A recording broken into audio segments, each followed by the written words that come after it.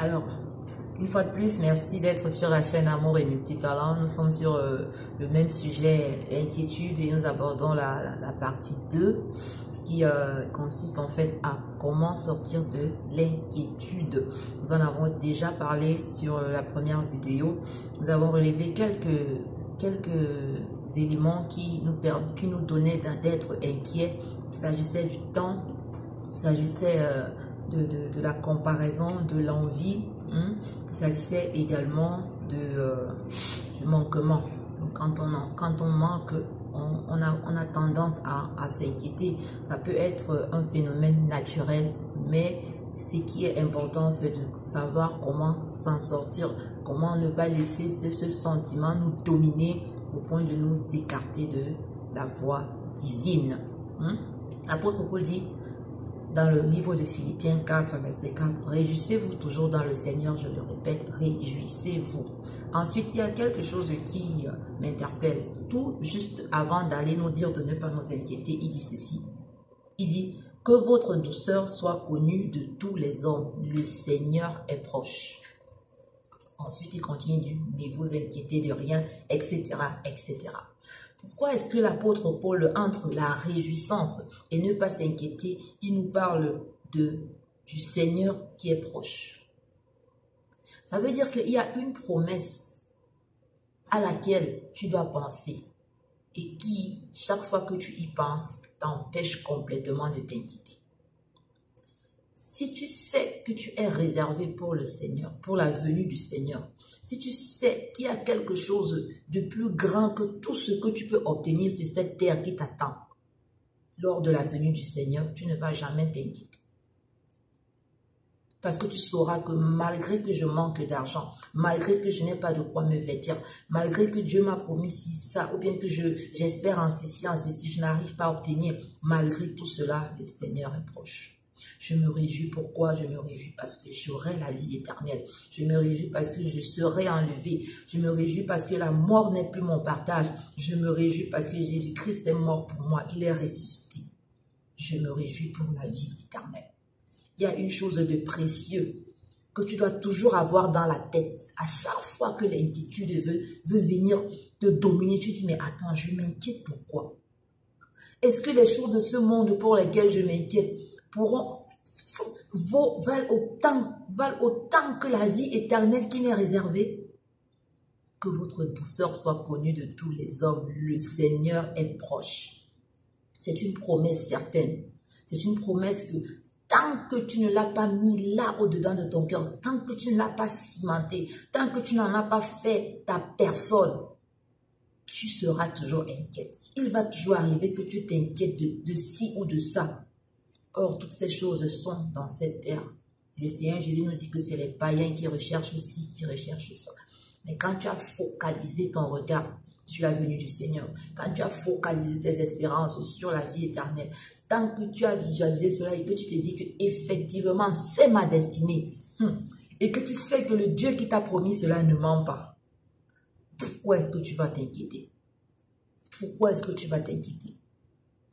De quoi vas-tu manquer quand tu seras au ciel? De quoi vas-tu manquer?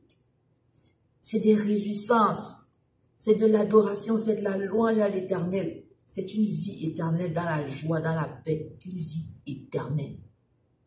Quand ceci est ton espérance, quand ceci est ton espérance au quotidien, il n'est pas possible que l'inquiétude touche à ton cœur.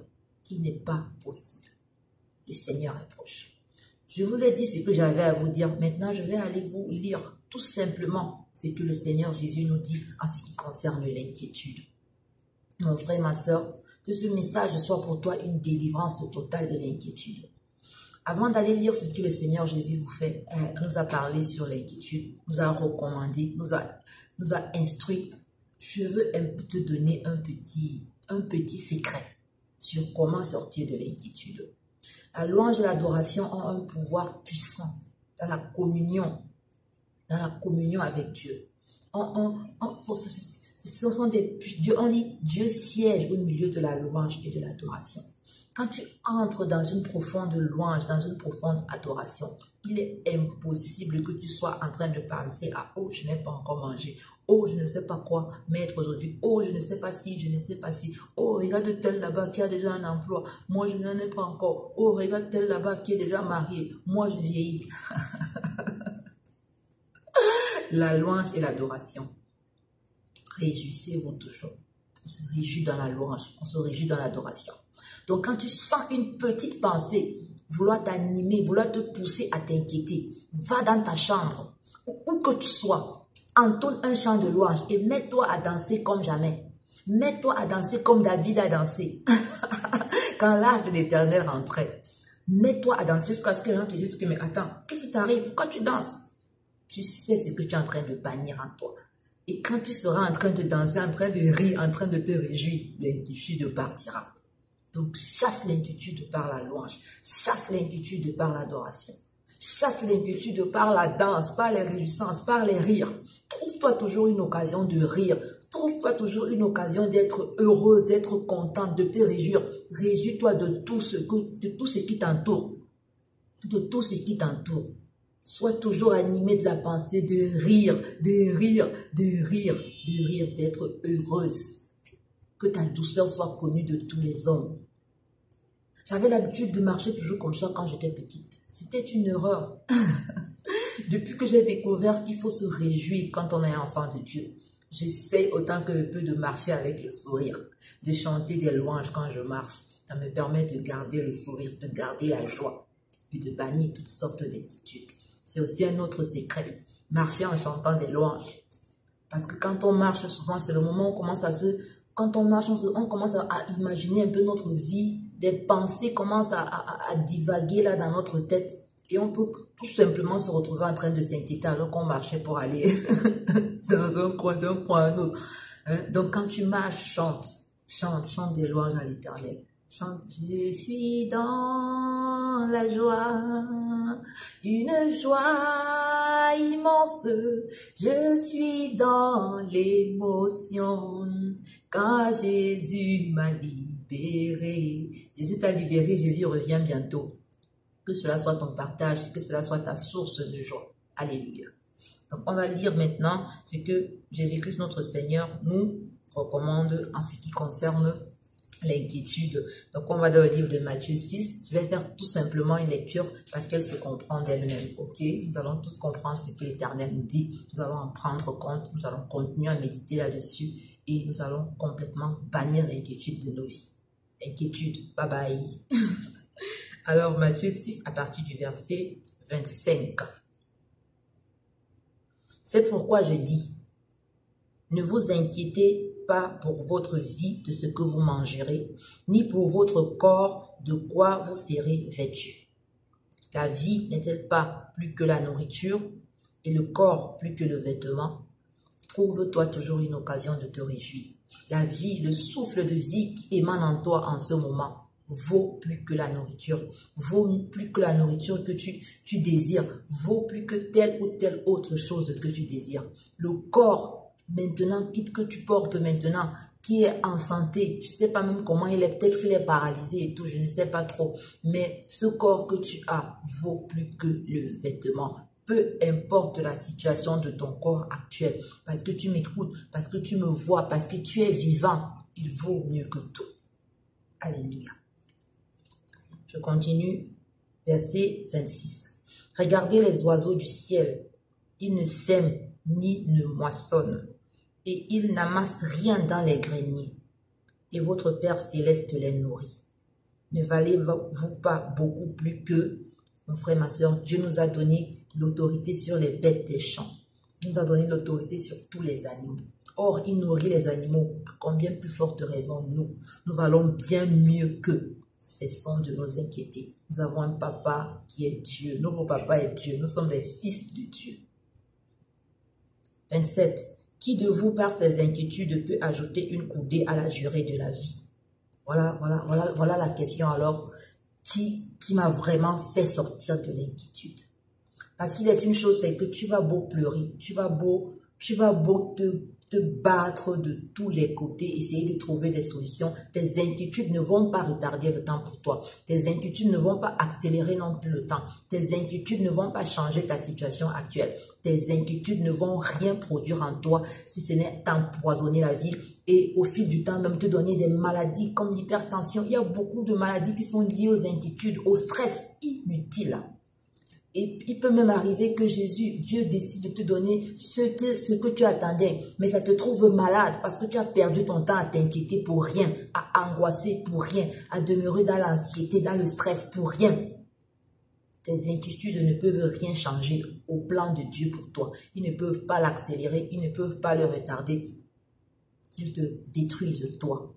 Donc, cesse de t'empoisonner par des inquiétudes et réjouis-toi. Alors, qui de vous, par ses inquiétudes, peut ajouter une coudée à la durée de la vie? Personne. Moi, je vais ajouter une chose. Par tes inquiétudes, tu diminues des coudées à la durée de ta vie. 28. Et pourquoi vous inquiétez au sujet du vêtement? Considérez comme croissent les lits des champs. Ils ne travaillent ni ne filent. Cependant, je vous dis que Salomon, même dans toute sa gloire, n'a pas été vêtu comme l'un d'eux. 30.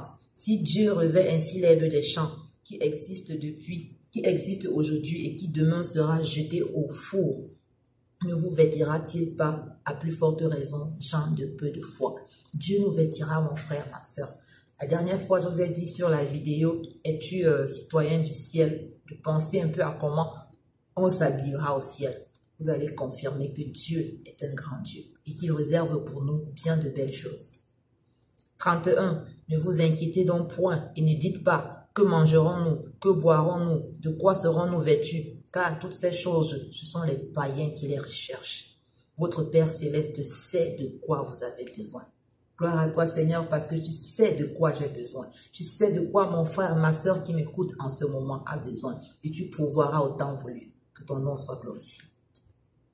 33. Cherchez premièrement le royaume et la justice de Dieu, et toutes ces choses vous seront données par-dessus. Ne vous inquiétez donc pas du lendemain, car le lendemain aura soin de lui-même. À chaque jour suffit sa peine. Gloire au Seigneur Jésus pour sa parole. Il a tout dit, mon frère, ma soeur. Prends-en note. Cherchons premièrement le royaume des cieux et sa justice. Et tout le reste nous sera donné par-dessus tout. Ne t'inquiète pas du lendemain. Le lendemain aura soin de lui-même. Réjouis-toi, loue l'Éternel, célèbre la vie éternelle qui t'attend. Célèbre-la jour et nuit. Crois à cela de tout ton cœur. Focalise ta pensée dessus, en cherchant le royaume de Dieu, en cherchant sa justice, en cherchant à ce qu'il t'enlève le moment venu. C'est à ça que nous devons travailler et à rien d'autre. Que l'Éternel vous remplisse de la pensée de la vie éternelle. Que l'Éternel vous remplisse de la volonté de l'aimer, de la volonté de le servir. Que le Seigneur nous éloigne de tout ce qui peut nous pousser à nous inquiéter sur cette terre et à nous focaliser sur lui. Qu'il prenne soin de l'autre lendemain, qu'il prenne soin de tout ce que nous sommes. Au nom puissant et souverain de Jésus-Christ. Je vous dis merci et à la prochaine. Ciao, ciao.